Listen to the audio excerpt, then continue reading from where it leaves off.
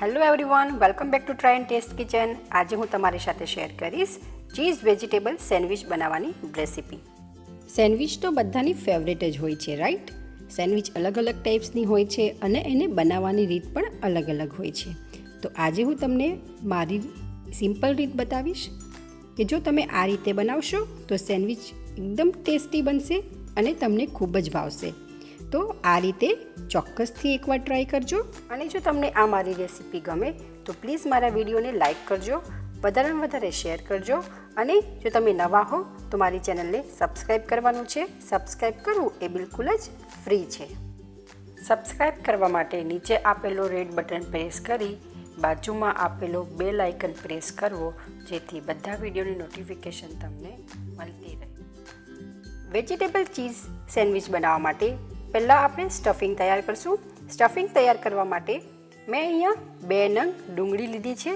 આપણે આ ડુંગળીને ઝીણી ઝીણી સમારી લઈશું અને ડુંગળી સમારાઈ જાય એટલે આપણે એક બાઉલમાં ટ્રાન્સફર કરી લઈશું. ત્યારબાદ આપણે 2 નંગ ટમેટાં લીધા છે. એ ટમેટાને પણ આપણે ઝીણા સમારી બાઉલમાં ટ્રાન્સફર કરી લઈશું.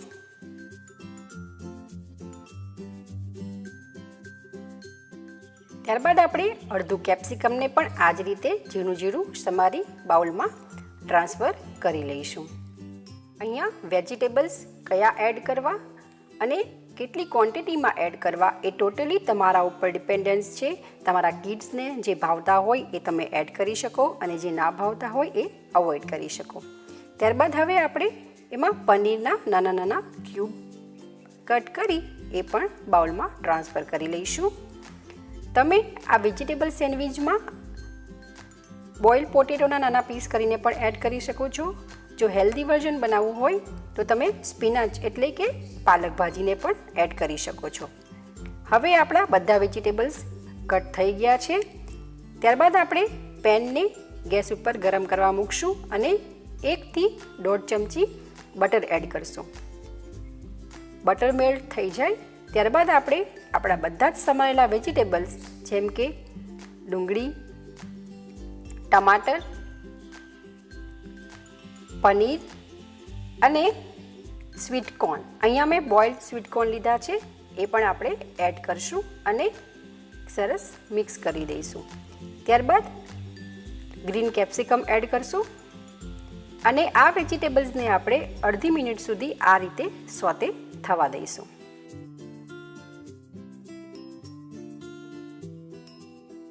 અડધી મિનિટ બાદ આપણે સ્વાદ અનુસાર મીઠું એડ કરશું અને ફરીથી આ વેજીટેબલ્સને 1 મિનિટ સુધી અથવા તો જ્યાં સુધી પાણી એનું ડ્રાય ન થઈ જાય ત્યાં સુધી આપણે કૂક કરી લઈશું.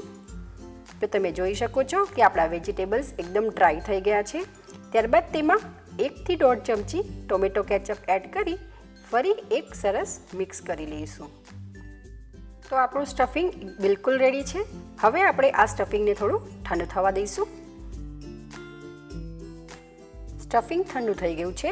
હવે આપણે સેન્ડવિચ બનાવવાનું સ્ટાર્ટ કરીએ. તેના માટે અહીંયા મેં સેન્ડવિચ માટેના બ્રેડ લીધા છે, મોટી સાઇઝના.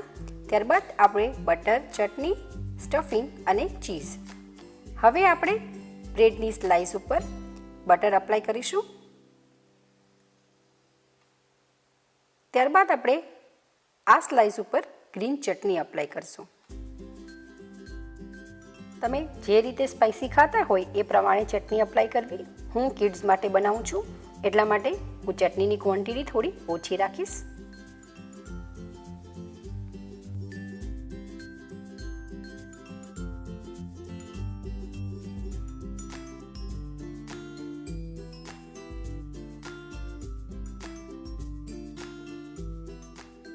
ચટણી અપ્લાય થઈ જાય ત્યારબાદ આપણે આપણું રેડી કરેલું સ્ટફિંગ બ્રેડની સ્લાઇસ ઉપર એડ કરશું. જો તમારે આ સેન્ડવિચને થોડી ડિફરન્ટ બનાવવી હોય તો જ્યારે આપણે સ્ટફિંગ બનાવતા હોય એ ડ્યુરેશન તમે એની અંદર ચીઝ એડ કરશો તો પણ ખૂબ જ સરસ લાગશે. મેં 2 રીતે ટ્રાય કરી હતી. તમે પણ 2 રીતે ટ્રાય કરજો, ખૂબ જ સરસ લાગશે અને આ રીતે પણ ખૂબ જ ટેસ્ટી લાગે છે. હવે સ્ટફિંગ એડ થઈ ગયા બાદ આપણે ઉપર ચાટ મસાલો સ્પ્રિંકલ કરીશું અને અહીંયા મેં પ્રોસેસ ચીઝ લીધું છે. એ ચીઝ આપણે સ્ટફિંગ ઉપર એડ કરી બ્રેડની સ્લાઇસને ઉપર રાખી દઈશું. તેના ઉપર બટર લગાવી અને તવા ઉપર શેકાવા માટે મૂકી દઈશું. આપણે આ સેન્ડવિચને લો ફ્લેમ ઉપર જ શેકવાની છે, જેથી અંદરનું જે ચીઝ છે એ મેલ્ટ થઈ જાય. 1 મિનિટ બાદ આપણે સેન્ડવિચની બીજી સાઈડ ઉપર પણ આ રીતે બટર અપ્લાય કરી દઈશું અને સેન્ડવિચની સાઈડને ચેન્જ કરી લઈશું.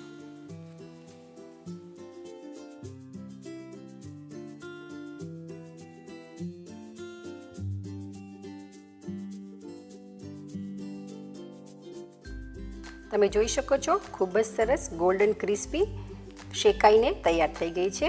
હવે બીજી બાજુ પણ આપણે આ જ રીતે સેન્ડવિચને શેકી લઈશું.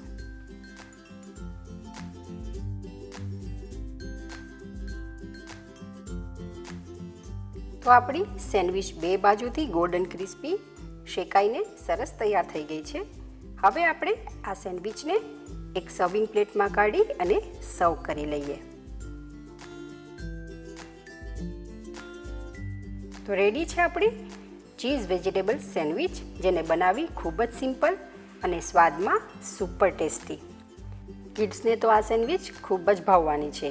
તો તમે પણ તમારા કિચનમાં આજે જ ટ્રાય કરજો અને તમારી સેન્ડવિચ કેવી બની છે અને તમે કોઈ બીજી રીતે બનાવતા હોય તો એ રીત પણ મારા જોડે કમેન્ટ બોક્સમાં જરૂરથી શેર કરજો. જો તમને આ મારી રેસીપી ગમી હોય તો પ્લીઝ મારા વિડીયોને લાઇક કરજો, ફ્રેન્ડ્સ, ફેમિલી અને રિલેટિવમાં શેર કરજો. અને જો તમે મારી ચેનલ ઉપર નવા હો તો મારી ચેનલને સબસ્ક્રાઈબ કરવાનું છે. સબસ્ક્રાઈબ કરવું એ બિલકુલ જ ફ્રી છે. સબસ્ક્રાઈબ કરીને બેલ આઇકન જરૂરથી પ્રેસ કરજો, જેથી તમને મારા નવા વિડીયોની નોટિફિકેશન મળતી રહે.